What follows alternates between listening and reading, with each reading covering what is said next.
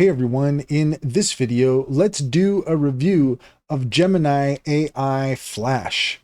In order to do so, here we are at GeminiGoogle.com, and according to Cider AI, the Gemini AI Flash has been updated with enhanced features. Gemini 2.5 Flash boasts improved performance at a lower cost, making it more efficient. This update focuses on improving the model's conversational abilities and suitability for creative tasks.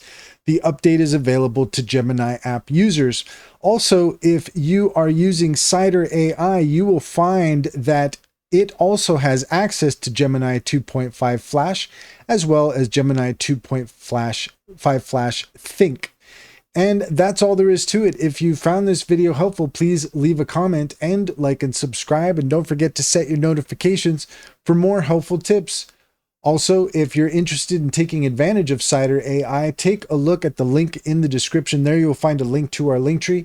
There you'll find our top AI tool recommendations, including Cider AI. Click on the links to get started. You'd be helping us out as well, and we would greatly appreciate it.